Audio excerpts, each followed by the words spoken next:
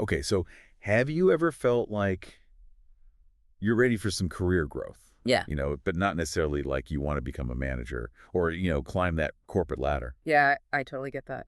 So today we're diving into an article I found really interesting called How to Keep Learning as a Long-Standing Employee. Ooh, that sounds relevant. And I thought this could be a really cool way to kind of reframe how we think about growing in our careers, where we are right now. Yeah, and what I like about this article is that it kind of pushes back on this idea that, the only way to grow is to move up. Right. Like get a promotion, get more responsibility. It's like, no, you can grow horizontally. You can grow in all these different ways that aren't necessarily up. Yeah, that resonates with me a lot because, when you're in the same role for a while, sometimes it's easy to just kind of get tunnel vision and just keep doing the same things. And you're like, wait, I'm not learning anything new. I'm not growing. I'm not expanding my skill set. And so this article talks about a lot of really cool strategies. And one of the first ones that stood out to me was this idea of scheduling what they call discovery time. Ooh, I like that. Like actually blocking out time on your calendar. Oh, wow. For exploring new ideas, for learning new things. So instead of just like hoping that learning happens randomly, Like making it an intentional part of your week. Yeah. Or your month. I love that. Yeah. So like what would that look like? I mean, how would you actually do that? Well, so they give a few different examples in the article. Like let's say you're really interested in, whatever it is, like the new, technologies coming out in your field. You could literally block out an hour every week to do some research, or attend a webinar. Yeah. Or listen to a podcast on that topic. It's making time for it, right? Exactly. Because otherwise it's just like, oh, I'll get to it. It's never going to happen. Yeah. Right, exactly. And it's just like any other meeting, you wouldn't skip a meeting with your boss. So why would you skip a meeting with your own growth? Totally. It's like treating learning as a serious commitment. Absolutely. And the article also talks about, if you really want to dig deeper into this idea of upskilling, there's a book that they recommend called The Upskilling Imperative. Okay. By Shelley Osborne. I'm writing that down. Yeah. Got to check that out. Yeah, it's a good one. But, sometimes we need something a little more structured than just, reading a book on our own, right? Right. Like, what if you want to learn a very specific skill? Yeah, totally. And that's where I think, more formal training comes in. Okay. So the article talks about the value of, taking courses and workshops and really kind of investing in your professional development in that way. So where do you even begin to find those kinds of courses? Well, the first place I would say is to look within your own company, because you'd be surprised how many companies have, great training programs or learning and development departments that people don't even know about. That's so true. Yeah. I actually know my company has something like that, but I've never really looked into it. There you go. So I need to do that. Yeah, you should. And, if your company doesn't have something like that, what the article even suggests, becoming an advocate for it.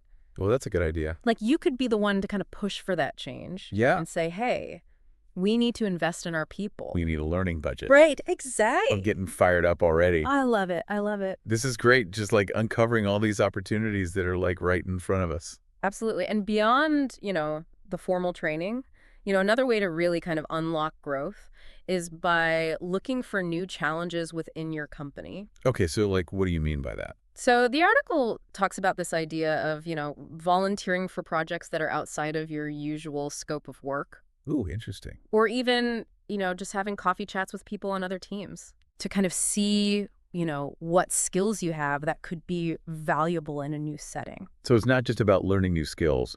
It's about finding new ways to apply the skills you already have. Exactly. That's cool. You might be surprised, what your experience in, let's say, marketing could bring to the, product development team or something like that. I like that it's like cross-pollination of skills within your own company. Exactly. Yeah, and that actually kind of leads into the next big idea from this article, which is expanding your network. Okay, yeah, networking. Because it's all connected, right? So networking, I mean, it's one of those things that everybody says is so important. Yeah. But it can feel so awkward sometimes. Yeah. Like, how do you actually build those connections in a way that feels genuine? Right. I think the article had some good ideas there. Yeah. So, the typical like networking event that can feel a little forced. Yes. Like you're just kind of going around, trying to collect business cards. Like, yeah, exactly. Yeah. But the article actually suggests two different approaches that I think are a lot more organic. Okay. And the first one is to really tap into industry groups. Oh, so not just those like big generic networking events, but finding communities of people who are actually interested in the same things that you are. Exactly. Yeah. So think like local meetups, professional organizations, even like online forums where people in your field are sharing ideas and connecting. That sounds way less intimidating. Yeah. Like, I could actually see myself doing that. Yeah, for sure. And, that reminds me of something else that the article mentioned, which was mentorship. Oh, yeah. Mentorship is huge. It's a two-way street, right? Yes. Like, I get seeking out mentors who can guide you, but the article also talks about becoming a mentor yourself. Uh-huh. And I'm curious, like, how does that help your own growth? Well, I think it's all about perspective. Okay. When you're guiding someone else, you're forced to think through challenges differently. Mm-hmm. And it can actually breathe new life into your own approach to work. So it's like almost like when you teach something, you understand it better yourself. Exactly. Yeah. Yeah. Plus, you're building relationships. You're contributing to someone else's growth, which can be incredibly fulfilling. Yeah, that makes sense. Okay, so we've talked about, continuous learning. We've talked about finding mentors. Mm-hmm. We even talked about advocating for a learning budget. Yeah.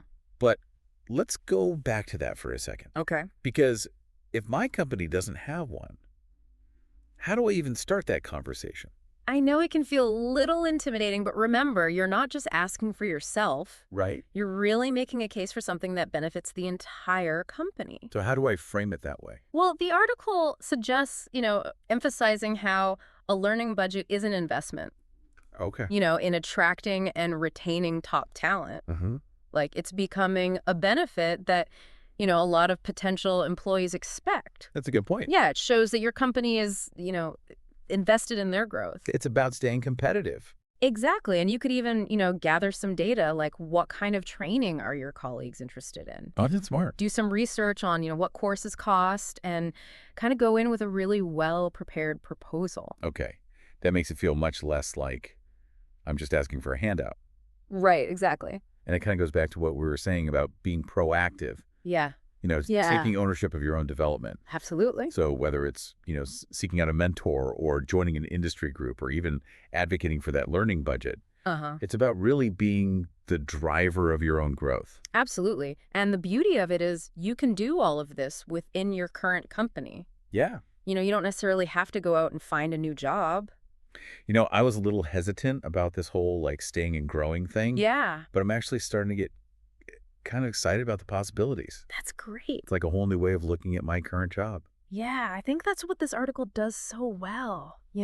It really challenges that traditional view of career growth, and it really empowers you to find fulfillment where you are. Speaking of finding fulfillment, the article also mentioned something about using LinkedIn to find mentors. Oh, yeah. And connect with people in your industry. But isn't that a little like cold? Yeah, that's a good point. Like, shouldn't those connections happen more organically? While I think organic connections are fantastic, Yeah. I think LinkedIn can be a really powerful tool if you use it thoughtfully.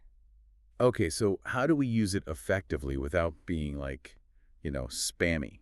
Right. Well, I think it's about, instead of just sending a random connection request, Okay. maybe you comment on something they've shared, or you mention that you admire their career path and you'd love to chat sometime. So it's about being intentional and showing genuine interest. Exactly. And then, coffee chats are always a great next step to really build that relationship further. Coffee chats. I'm sensing a theme here. I know, right? It seems like they're a recurring theme in this whole growth journey. They really are. It's amazing what can happen over a cup of coffee. Wow. So we've covered so much, in this deep dive about how to keep learning and growing in your current role. Yeah, it's been a lot. We've talked about scheduling dedicated time for learning, finding mentors, Right. even advocating for a learning budget at your company. Absolutely. Like a whole toolkit for career growth. But is there anything else in the article that we haven't really touched on yet? There is one more kind of key strategy that I think ties in really nicely with everything we've been talking about. Okay, I'm intrigued. Lay it on me. So it's this idea of really embracing new challenges and stepping outside of your comfort zone. Okay. And the article specifically mentions volunteering for projects that are, outside of your usual scope of work. Oh, yeah. I love that it's like taking a mini career adventure. Yes. Without actually having to leave your company. Exactly. And it's about kind of, looking around your company with fresh eyes and saying, okay, what skills do I have that could be valuable to other teams? What projects or departments have always kind of, sparked my curiosity.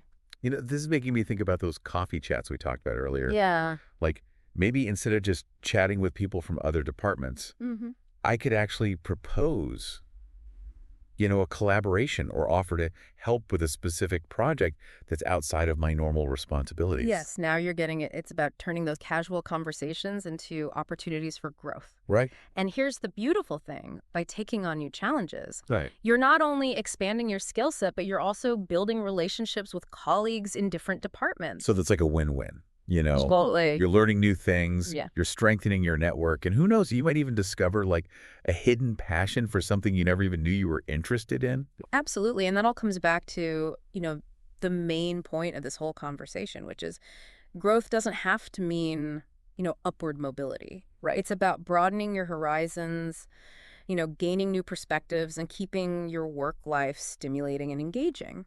I'm so glad we had this conversation today. You too. I feel like my perspective has totally shifted. That's odd. I'm starting to see all these possibilities within my own company that I never even considered before. I love that that's the power of, taking a deep dive and really challenging our assumptions and exploring new ways to kind of, create a career that we're excited about. And remember, as the article says, focus on the journey. Yes. Not just the destination. I love that. So as we wrap up this deep dive, we want to leave you with this one final thought. Don't wait for opportunities to come to you. Create them. Yeah. There's a world of learning and growth waiting to be explored right within your own company. All you have to do is take that first step.